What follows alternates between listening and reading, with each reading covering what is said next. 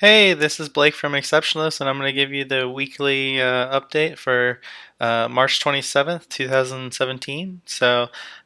Within the last week on Exceptionless, we've been working on quite a few things. One of the things that was worked on with Exceptionless was there was a pull request for adding a setting to disable archiving of event like post data.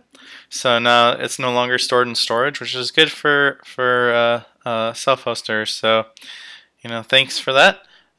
Greatly appreciate it. Um, and then another area that we've been working on is we've been wanting to move to Azure based queues instead of using Redis. That way we can use Azure functions and scale out. So it kind of removes a bunch of factors from our scenario where we can be more intelligent about scaling our resources.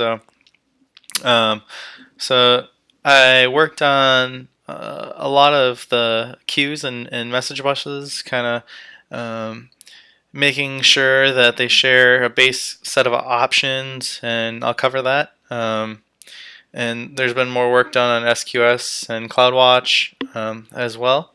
So part of the thing, if you take a look at the code, this is just an example for the Redis message bus. Before we were passing in, a ton of parameters, and now we just share an options class that gets flowed through everything.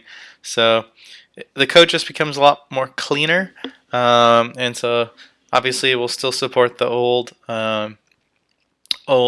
constructor signatures for at least the time being until the next major version, and then they'll get dropped. So we did this, and we made many, many, many improvements to the Azure queue implementations, and so if you're using Azure, you're gonna want to update at least to the nightly builds if you're using them. We'll be doing more testing and pushing that out there. So yeah, that's it for Foundatio. In other news, I spoke at the Northeast Wisconsin Code Camp over the weekend on exception-driven development, and it went really well. If you attended, great. If you have any questions, let us know. All the slides can be found on the media kit as well as the demo content.